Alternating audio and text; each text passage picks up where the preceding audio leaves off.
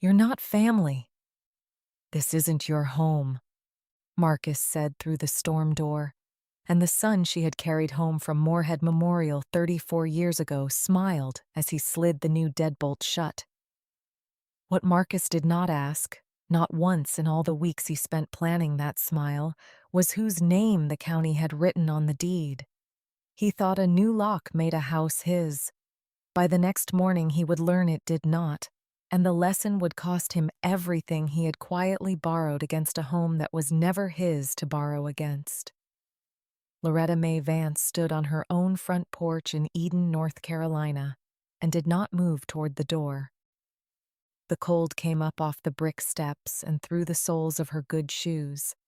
Behind her, on the porch rail where she had set them to cool an hour before, two sweet potato pies steamed faintly into the November dark. She had baked them in that kitchen. She had paid for that kitchen, in cash, the year Marcus turned 15. She looked at the pies. Then she looked at her son's face on the other side of the glass, and she reached into her purse. She did not pull out a phone. She did not pull out a key. She drew out a single folded paper, tilted it toward the porch light, and read one date off the top of it.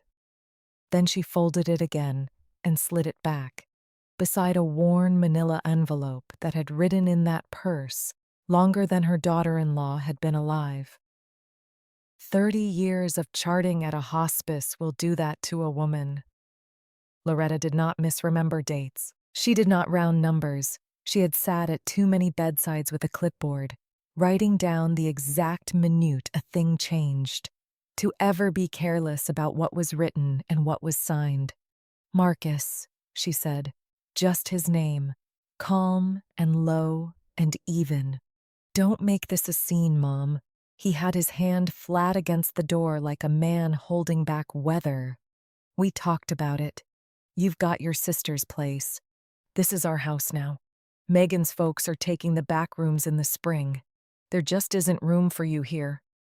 Behind him, in the warm gold of the dining room she had painted herself, 3 people watched her through the window and said nothing. Megan sat with her napkin still in her lap, eyes down on the good tablecloth. Her mother, Cheryl Renfro, pressed one hand to her chest like the injured party. Her father, Gary Renfro, studied his plate because Gary had walked that hallway with a tape measure on his last visit, and a man who has measured a hallway already knows whose side he is on. Then Megan spoke up, soft, almost kind, which made it worse. Loretta, it's freezing. Just go to your sister's. We'll talk after the holiday. Nobody else moved. Nobody else spoke. The furnace hummed behind the glass, and out on the porch Loretta could see her own breath. I see, she said. That was all. She did not pound on the door. She did not beg. She had spent a whole career watching people use their last strength on doors that were never going to open, and she would not spend hers that way on her own front step. I don't argue with locks, she said, mostly to herself, the way her mother used to say things to a quiet kitchen. I hold the deed. Marcus did not hear it, or did not care to. He reached over and turned the bolt a second time, slow, theatrical, so she would be sure she understood. New brass, installed that day. She had noticed the fresh curl of sawdust on the threshold when she first walked up with the pies, and now she understood what it had been telling her. This was no quarrel that boiled over at dinner. A man does not change a lock in the heat of a moment. He buys the lock. He picks the day. He waits until her hands are full of pie. That was the part that landed coldest, colder than the November air coming off the yard. Not that her son had shut the door, that he had planned it and chosen Thanksgiving to do it, with an audience seated and fed. Loretta lifted her car keys out of her purse. She left the pies where they were, let them cool. She walked down the 3 brick steps she had pressure washed in October, past the porch light her mother always told her to keep burning, and crossed the frost to her car at the curb on Sycamore Bend. Inside, With the door shut and the heater ticking up, she did not cry. She sat a moment with both hands on the wheel and let her breath come back to her. Then she took out her phone and scrolled to a name she had not called in 11 years and had never once thought to delete. Harriet Quinn, attorney at law. It was past 8 on a holiday. She did not expect Harriet to answer, and Harriet did not. Loretta left 9 seconds of message in the same steady voice she had once used to tell families it was time to call everyone in. Harriet, it's Loretta Vance. From the Sycamore Bend closing, back in '07. I'm going to need the file, the whole file. Call me when you're able. She set the phone face down on the seat, put the car in gear, and drove the 4 miles across town to her sister's apartment, with her purse beside her, and the envelope inside the purse, soft at the corners in the dark. To understand why a locked door frightened Marcus Vance far more than it frightened his mother, you have to go back. Not to that Thanksgiving. Further.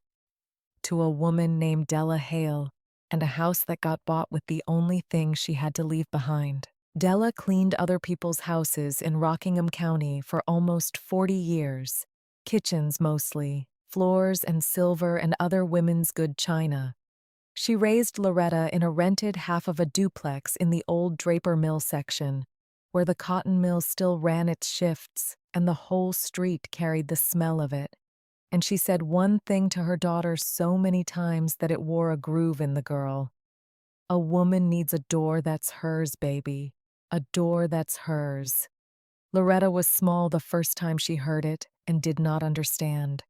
She thought her mother meant a bedroom, a little privacy, a latch nobody else could turn. It took her decades and one envelope to learn that Della had meant something far harder and far more exact than that. When Della passed, quiet and at home the way she had asked to, there was a small life insurance policy nobody knew she had been paying into out of cleaning money, a few dollars at a time, for 31 years. It was not a fortune. It was enough. In 2007, in a mill town the Mills had already begun leaving, to buy a brick ranch on Sycamore Bend outright. No mortgage, no bank. Cash on the table at the Rockingham County Register of Deeds, and a recording stamp pressed into the corner of the page. Loretta was a hospice nurse by then, had been for years, working out of Moorhead Memorial and driving to homes all over the county at all hours. She knew how to sit in the worst room in a house and keep her hands steady. She knew how to read a chart and catch the one number everyone else's eyes slid past.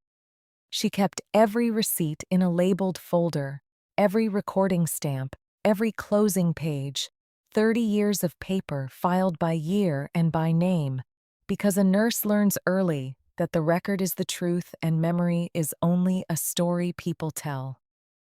And she knew, the day she signed for that house, exactly what her mother's letter had asked of her, because Della had left a letter, folded inside a manila envelope and tucked into the policy papers. Loretta read it once, standing in a funeral home hallway with her coat still on, and then she did precisely what it asked and told no living soul. Not her sister, not her boy. The envelope went into her purse, and there it had stayed, carried for years, opened almost never, growing soft the way a thing gets when it matters too much to leave at home. She raised Marcus in that house, and that is the part that makes the rest of it ache. Birthday candles at the kitchen table, fevers broken in the back bedroom. A boy who grew tall and easy and good with his hands, who started a contracting outfit at 26 and ran it the way some men run downhill, faster and faster with less and less control. What Loretta knew, and what Marcus never guessed she knew, was that the business was failing. She had read the signs the way she once read them at bedsides. The new truck he could not have paid for.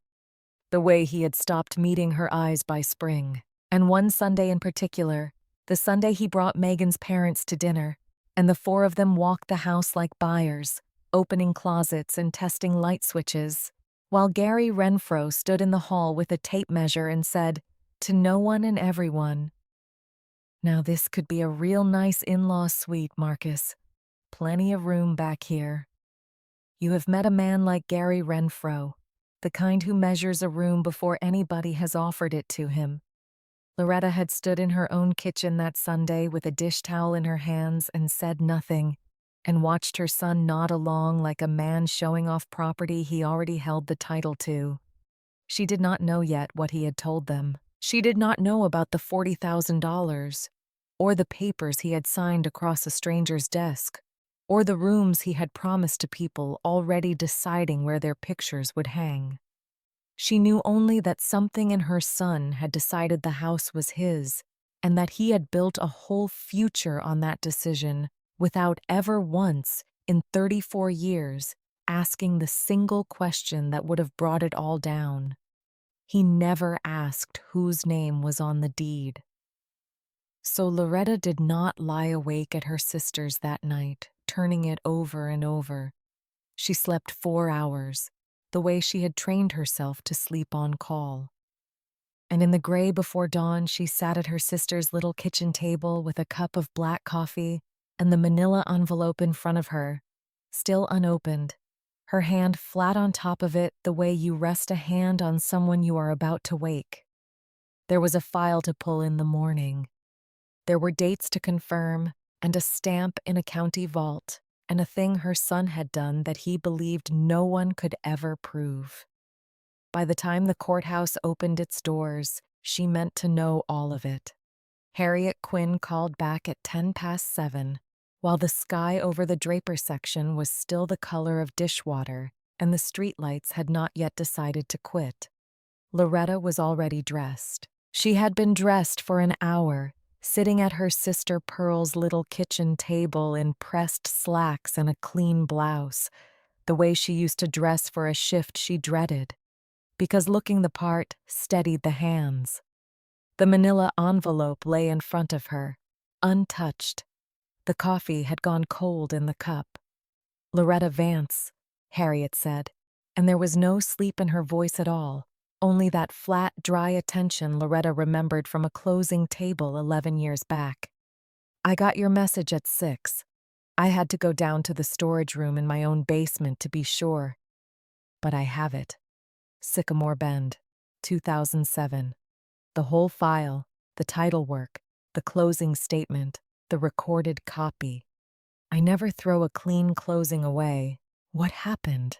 Loretta told her. She told it plain, the way she had given report to a doctor for 30 years. No heat in it, just the facts in order. The new deadbolt, the line through the glass, the Renfros at her table, the tape measure in the hall the Sunday before.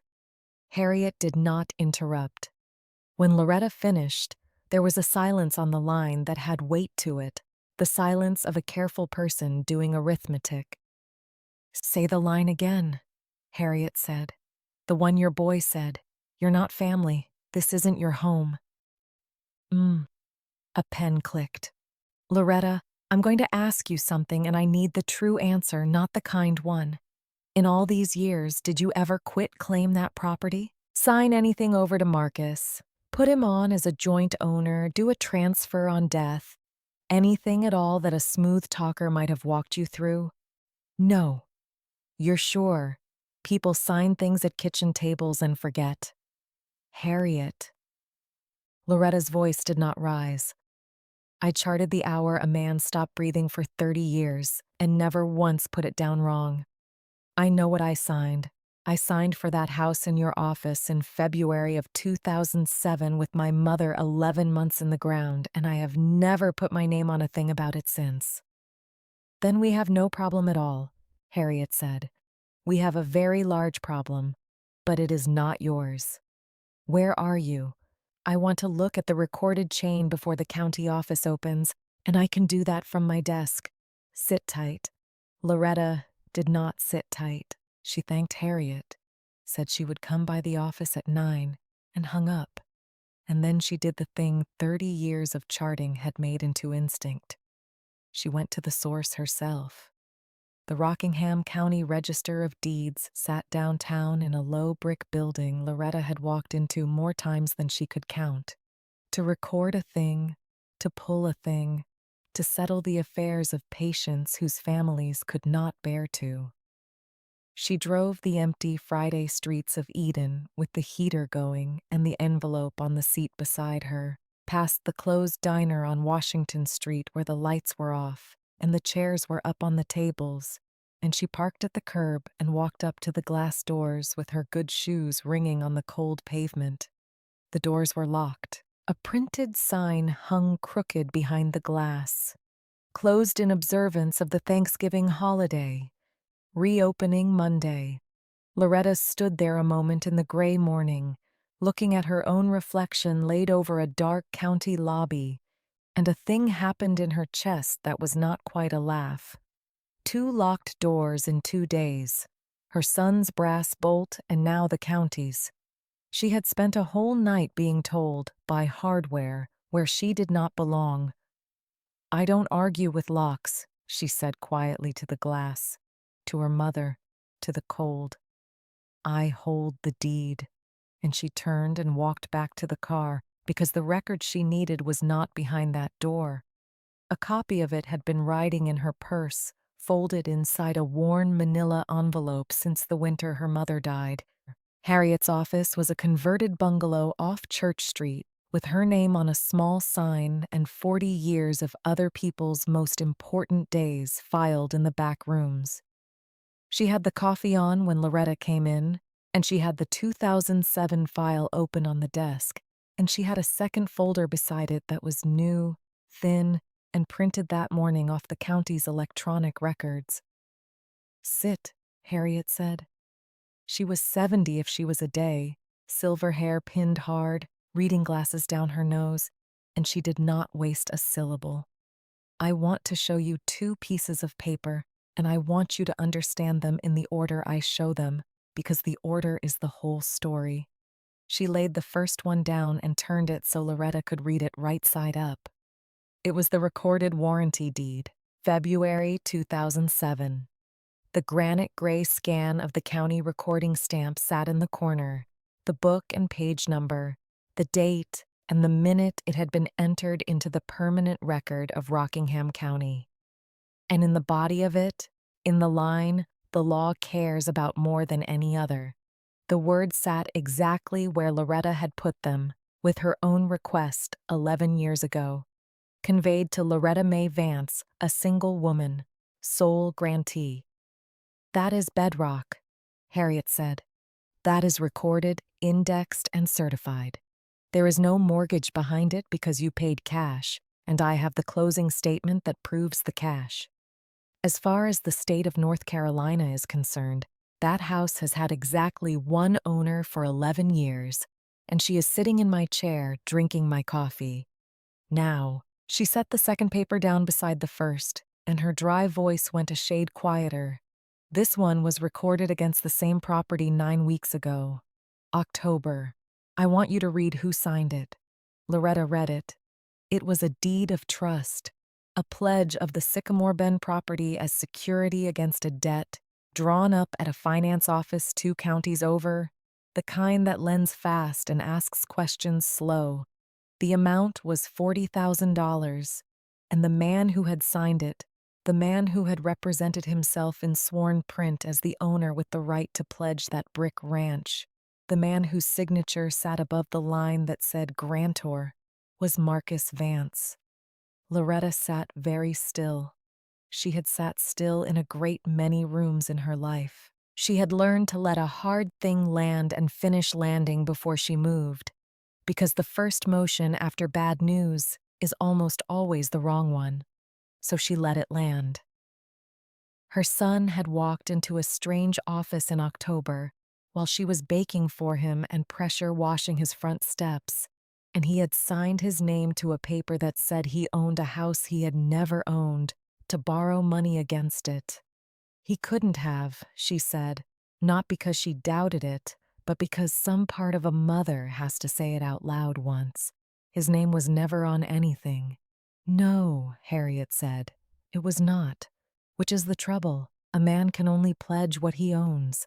He pledged what is yours, and he swore in the pledging that it was his. She took her glasses off and let them hang. Loretta, I have done this work a long time. I have seen people lose houses 100 ways. I have not often seen a person try to put a house up as collateral that was recorded, plain as morning, in his own mother's name, where any title search would catch it in 90 seconds. He was betting nobody would ever look. And there it was, the thing that turned the whole cold night over and showed Loretta its other face. Marcus had not locked her out in a temper. A temper buys no deadbolt and picks no holiday.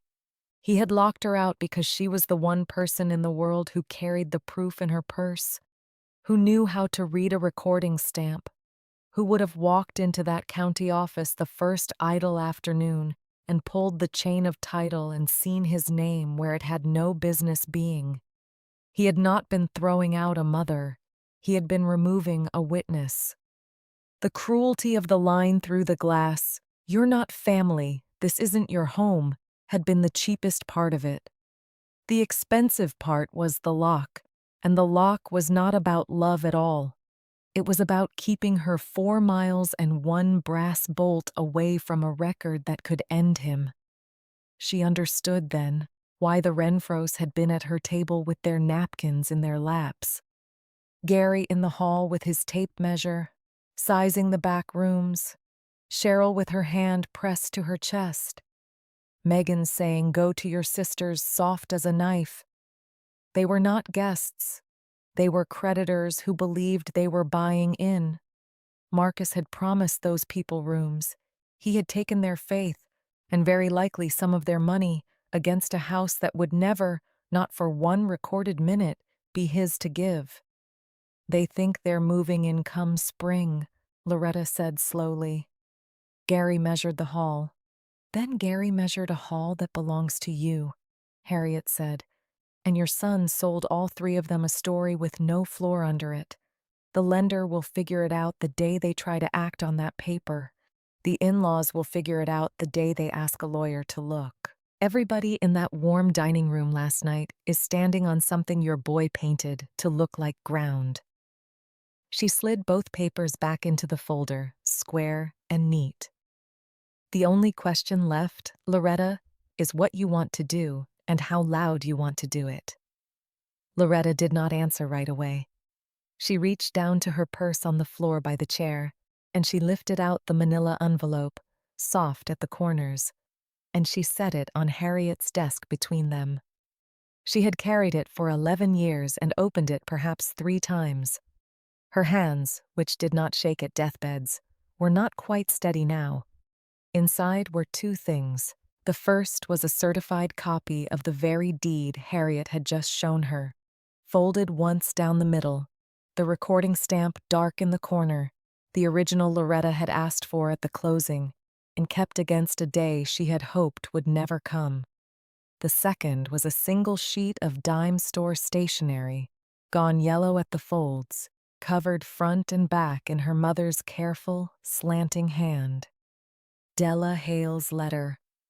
Written the year before she passed, tucked into the insurance papers, read once in a funeral home hallway, and then carried like a stone you cannot set down.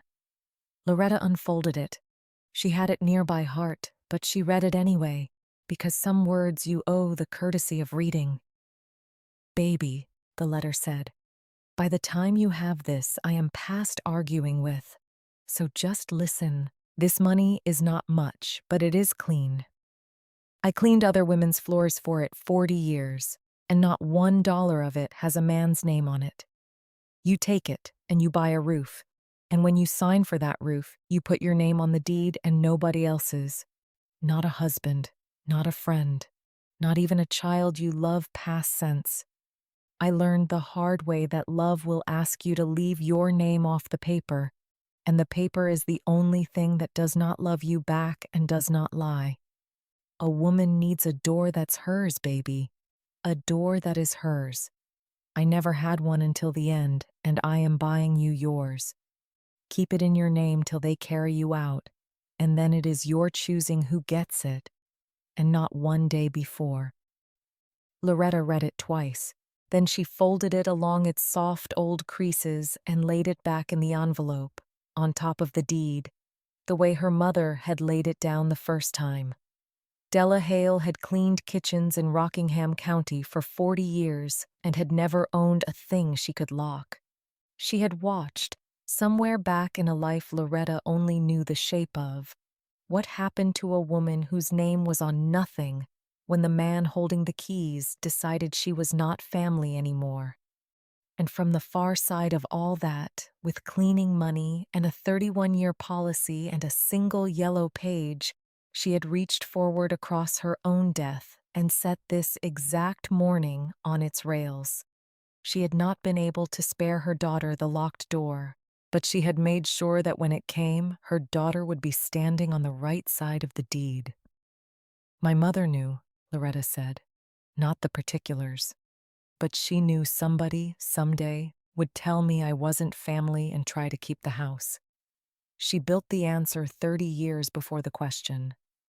She set her hand flat on the closed envelope, the way you rest a hand on someone you love and are about to let rest.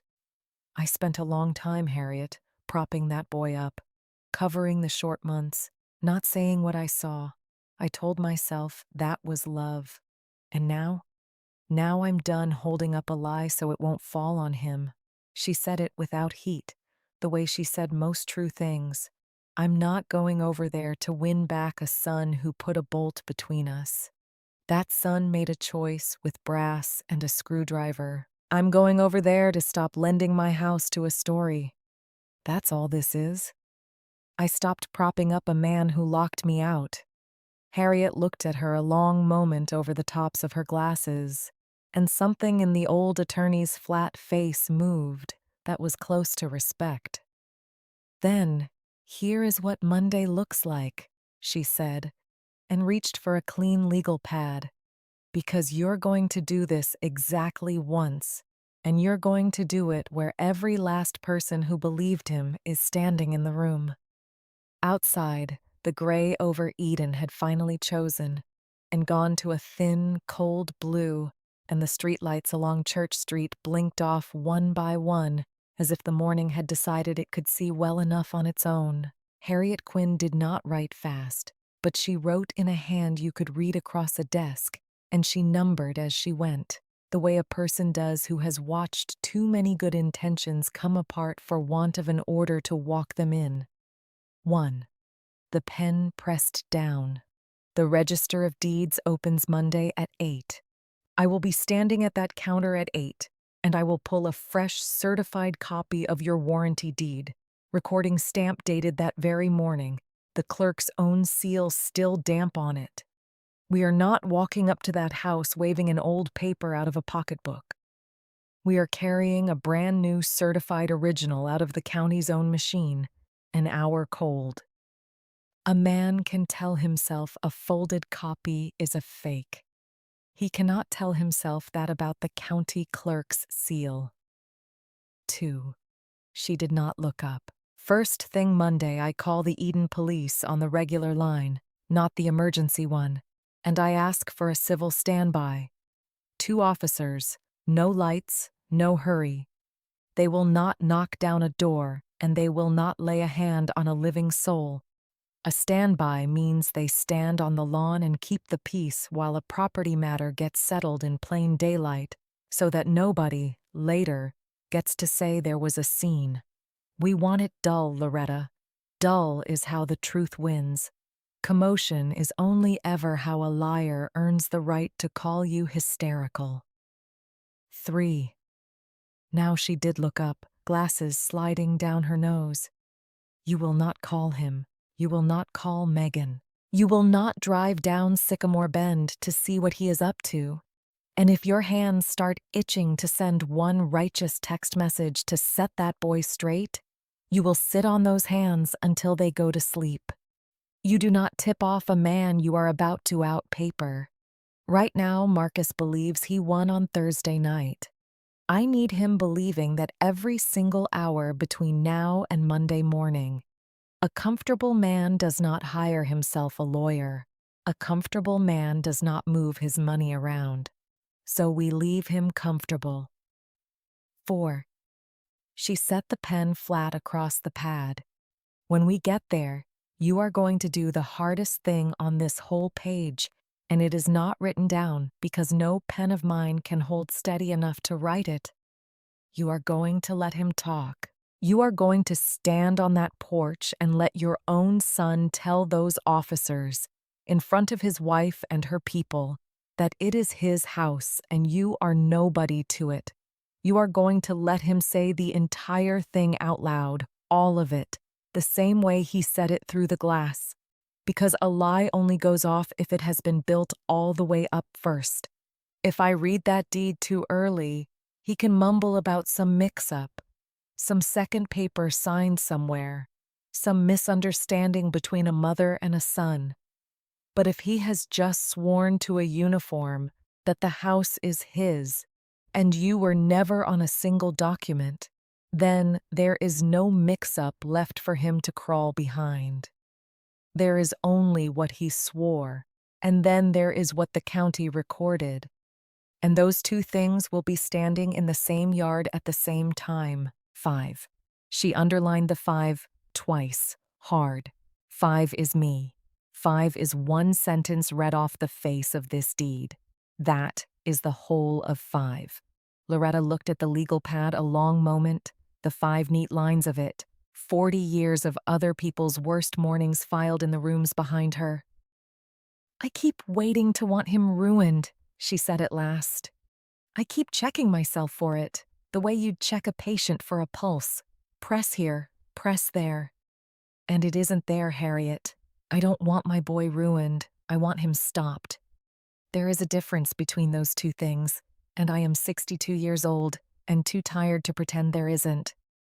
Harriet capped the pen with her thumb. Then we stop him, she said. The ruin he is seeing to all on his own, and has been since October, when he walked into a finance office 2 counties over and signed his name under the word grantor. You are not going to ruin that boy.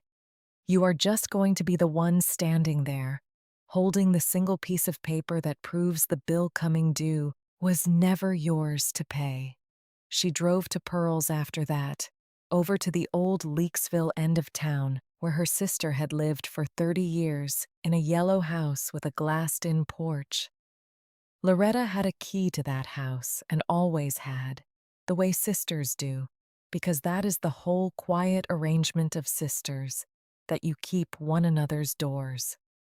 She let herself in without knocking, and Pearl took one look at her face and put the kettle on and asked nothing, which is the other thing sisters know how to do. The call came Saturday, a little after 10, while Loretta was at Pearl's ironing board pressing a blouse she did not need pressed because her hands wanted an honest task. It was Megan. Loretta knew before she answered, by the slow, polite ring of it somehow, the way you can know a thing in your stomach. She set the iron on its heel and picked up. Loretta. Megan's voice was soft, careful, arranged. I wanted to check on you. I felt just awful about Thursday, the way it went. You know Marcus, he gets worked up. He says more than he means. But you have to understand. We are trying to build something stable here for the kids, and it gets confusing. Everybody in and out. Everybody with a key. A small breath. I was thinking maybe Sunday, while everybody's calm, I could box up a few of your things and run them over to your sisters. Just so you're not, driving back and forth. So you're settled. So you're settled. Loretta looked out through Pearl's glassed-in porch at the gray little yard, at a cardinal sitting bold on the clothesline wire, and she understood she was being handled. She was being packed up and moved out by a young woman who believed, with no malice she could even name, that she was being kind to a defeated old lady. Megan did not know. That was the strangest part, standing there with the warm iron ticking beside her. Megan truly did not know she was helping her husband empty out the lawful owner of the house she thought she was inheriting. "That's thoughtful of you, Megan," Loretta said, and her voice gave away exactly nothing, because 30 years of telling families hard news in steady rooms had built that evenness into her like a load-bearing wall. "Don't trouble yourself this weekend. Everything I need is right here. We'll get it all sorted soon. Real soon." She let the warmth sit in it. She did not tip a single card. "You give those babies a kiss for their grandmother." She hung up and stood a while with her hand on the phone. Pearl, in the kitchen doorway, said, "What did that child want?" And Loretta said, "She wanted to help me move out of my own house." And the two sisters looked at one another, and neither of them laughed. But something passed between them that was older than laughing. Sunday they went to church, the way Della had taken them as girls, and Loretta sat in the pew with her gloved hands folded and let the choir wash over her without trying to hold on to the words. After the service, an old usher who had known their mother took both of Loretta's hands in his dry ones and said, "The Lord sees, Sister Vance. The Lord sees what's done in the dark." And Loretta said, "Yes, he does. And so does the Rockingham County Register of Deeds." And the old man laughed so hard he had to sit back down. That evening, alone in Pearl's spare room with the lamp on low, Loretta took the worn manila envelope out of her purse and laid it on the quilt and looked at it for a long time without opening it. She did not need to open it. She knew what was folded inside. The certified deed and her mother's yellow letter wrapped around it like a hand around a child's hand. She rested 2 fingers on the soft corner of it, the way she used to rest 2 fingers on a wrist to count what was left. "I don't argue with locks," she said to the quiet room, to her mother, to the lamp. "I hold the deed." Then she slept, and slept well, which she would think about later, how a woman locked out of her own house by her only son could sleep so clean. It was because the worst part was already over. The worst part had been Thursday, standing on the cold porch, finding out who he had decided to be. Everything coming after that was only arithmetic, and Loretta had never once in her life been afraid of arithmetic. Monday came up clear and hard with frost on Pearl's windshield. Harriet Quinn was at the Register of Deeds counter at 8 on the dot, and at 8:40 she called Loretta and said only, in that dry, flat voice, "I have it in my hand. Wet seal. Recorded book and page, certified today. Meet me at the corner of Sycamore and Van Buren at 10, and not 1 minute early. The officers will be there at 10. Loretta said she would. She put on the pressed slacks and the clean blouse again, the ones for a shift she dreaded, because looking the part steadies the hands. Pearl pressed a thermos of coffee on her at the door and held her face in both hands a second and said, "Mama would be standing taller than all of you," and let her go. At 3 minutes to 10, Loretta turned her car onto Sycamore Bend in the cold, bright Eden morning, and there was her house. The brick ranch her mother's cleaning money had bought outright in the winter of 2007, the house she had pressure washed and baked for, sat there in the frost with its shrubs she had planted and its mailbox she had painted. There was a dumpster in the driveway now, a big rented one, hauled in over the weekend, already half filled with somebody's idea of starting fresh. Gary Renfro's truck sat at the curb. So the in-laws had stayed. Good, Loretta thought, with no heat in it at all. Let everybody who believed the story be home to hear the rest of it. Harriet's sedan was already at the corner, and behind it, idling without lights, a single Eden police cruiser with 2 officers inside, calm as Monday. Harriet got out with a slim folder held flat in both hands like something hot, and she met Loretta on the frozen grass, and the two officers came up unhurried. A younger one and an older one with sergeant's stripes, hands easy at their sides, nobody in a rush to do anything but stand in the daylight.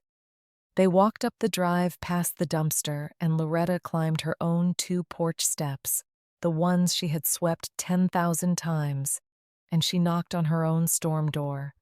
There was a wait.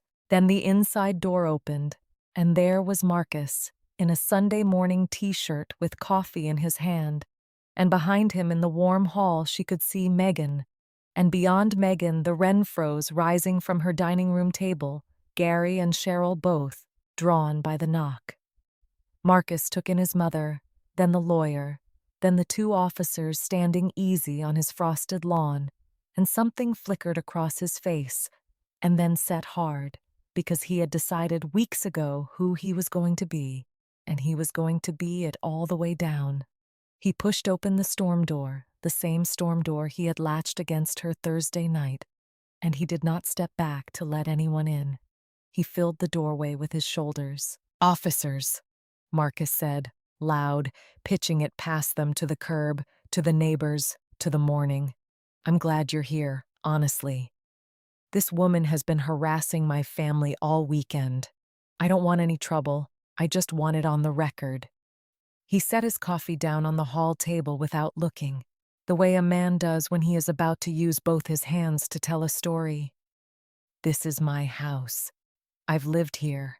I pay on this place. My wife and my kids are inside. She does not live here.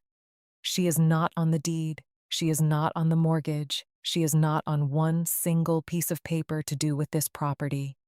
Not one. You can check. She's my mother and I love her. But she is not family to this household, and this is not her home, and I want her told by you that she cannot keep coming around." The older officer, the sergeant, listened to all of it with his head tipped a little, patient, and when Marcus finished, the man nodded slowly, the way the patient ones do, and he said, "All right, sir. You're telling me you're the owner of record here.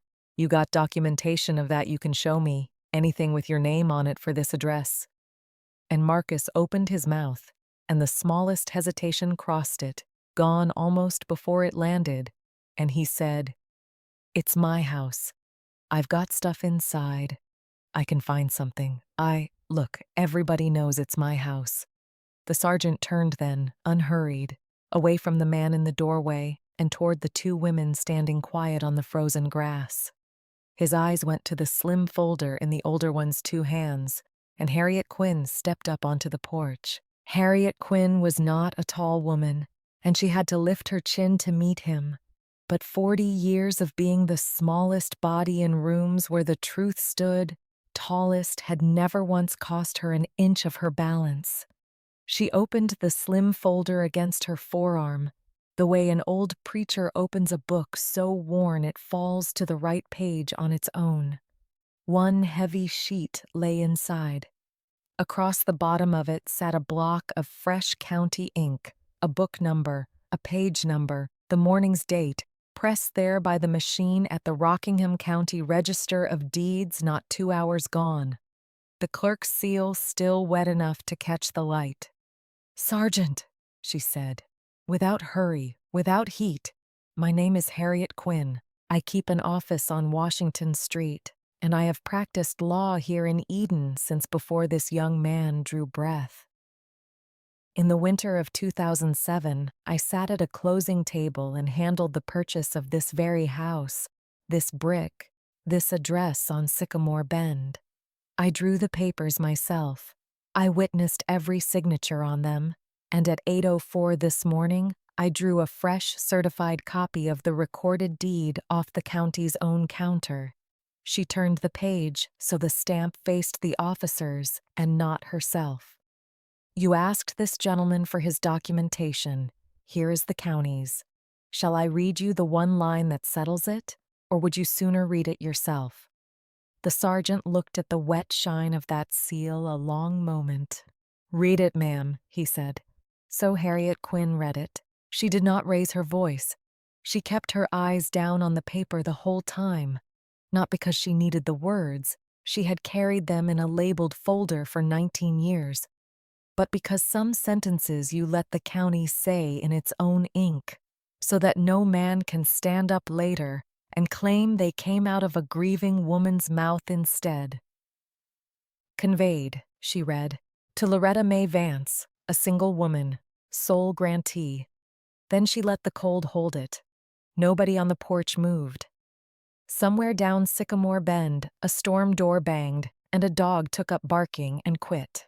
Marcus stood in the doorway he had filled with his shoulders, and the color went out of his face by degrees, the way water goes out of a sink, and for the first time that whole gray morning, his eyes left the officers and went to the paper, and stayed there. "That's an old copy," he said. "That doesn't— there's other paperwork. We did things. There's a second." "There is no second," Harriet said, gentle as you would be with a child who has run clean out of places to put his hands. "There is one deed to this property, and it carries one grantee, and that grantee is your mother. There is no mortgage in your name because there is no mortgage at all. This house was bought for cash money in 2007, and it has been owned free and clear by Loretta May Vance every single day since, including Thursday, including the night you turned the bolt." She tapped one finger once beside the stamp. "And I want you to notice the date the county put on this an hour ago. Because in everything you built, son, in all your planning and your borrowing and your measuring, you never once walked up those courthouse steps and asked whose name was on the door you were standing behind. And there it was, laid out plain on the frosted lawn for everyone to hear. He had sold the whole story and never once thought to look at whose house it was. He had ordered the dumpster that was sitting in the driveway now. He had had a key cut for the new deadbolt and a second one for Gary. He had stood in a paint aisle and chosen a color for the hall. He had done every loud and busy thing a man does when he is taking a house. And the one quiet errand that would have stopped him cold, $10 and a walk up to the Register of Deeds to read a single line, he had never thought to run, because it had simply never crossed his mind that the answer at the bottom of it might not be his own name.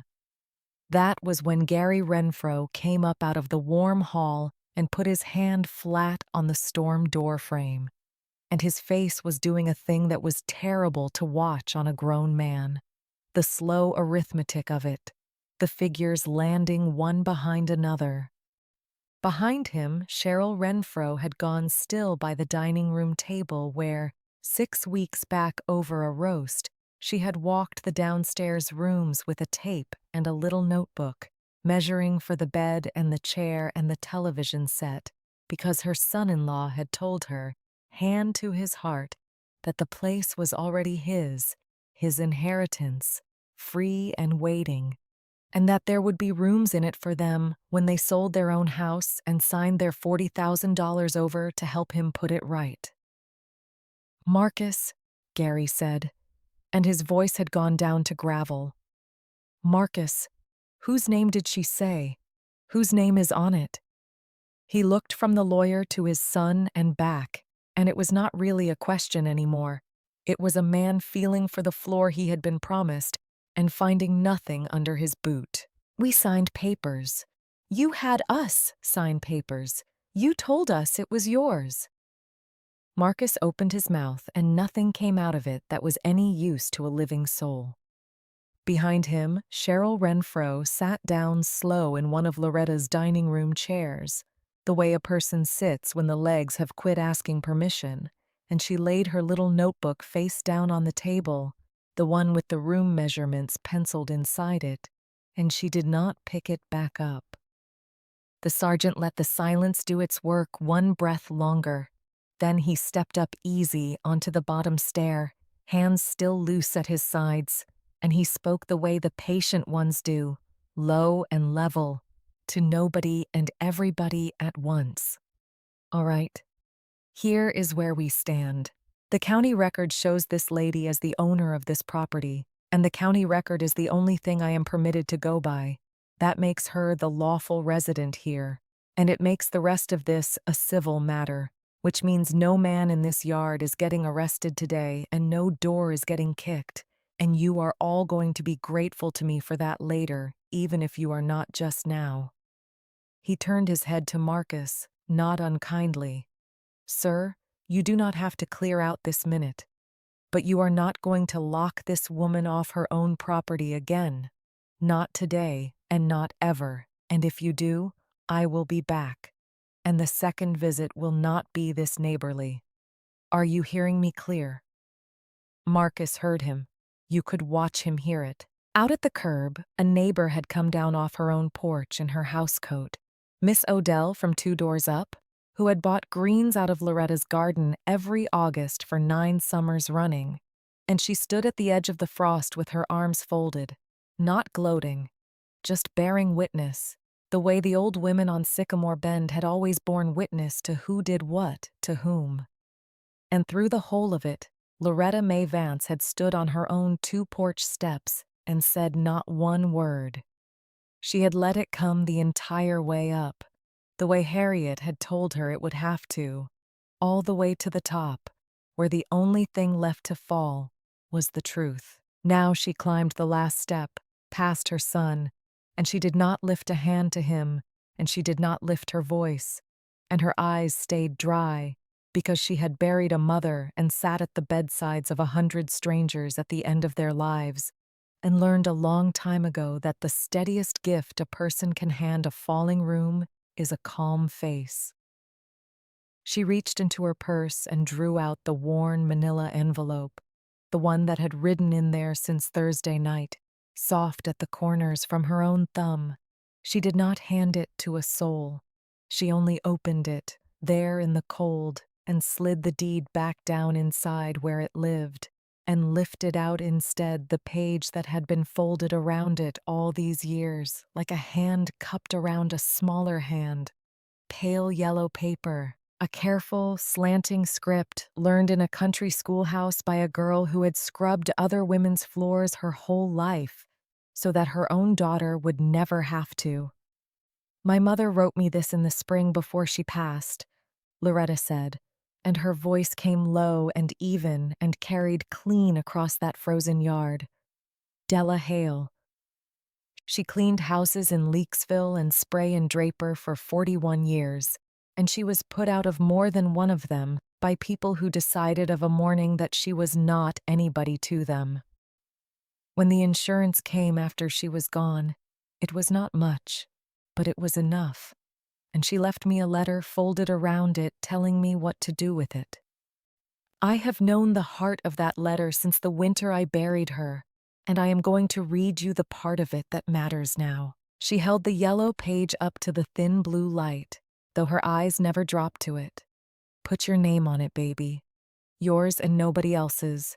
Not a husband, not a child, not a single soul you love, because the ones you love are the very ones who will one day stand in a warm room and tell you that you are not family.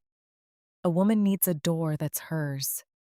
Buy yourself a door that is yours, and do not let one living person ever hold the key to put you out of it. She lowered the page. She knew. Loretta said simply, to her son, to the Renfros, to the 2 officers holding their hats in the cold. Years before any of you ever sat at my table, my mother knew this exact morning would come. She knew somebody under my own roof would look me dead in the eye and call me a stranger.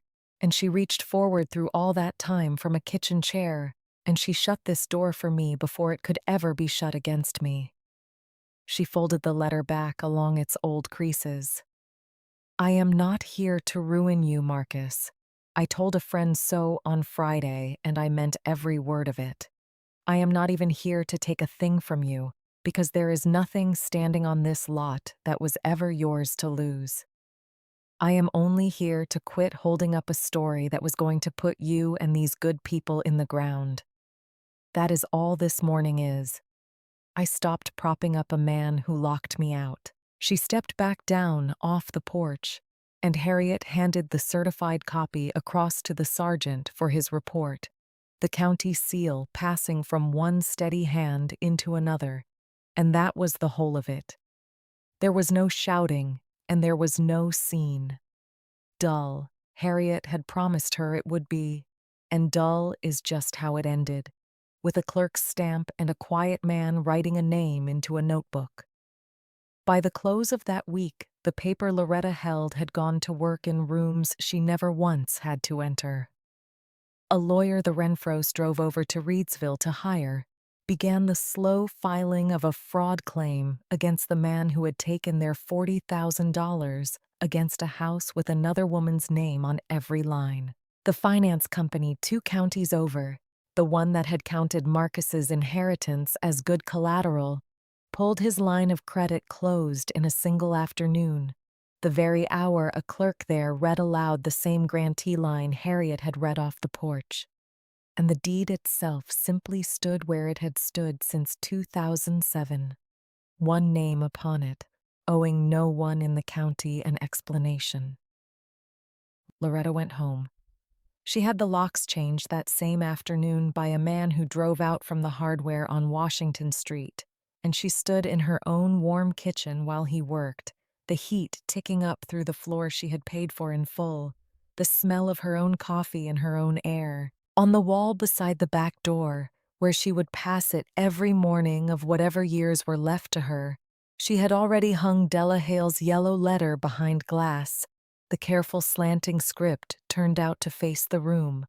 The hardware man finished and laid the bright new keys in a row on her counter and let himself out the front. She picked up the brightest of them and turned it once between her fingers. She set the one brass key down in the middle of the table. Outside, the frost on Sycamore Bend was already letting go,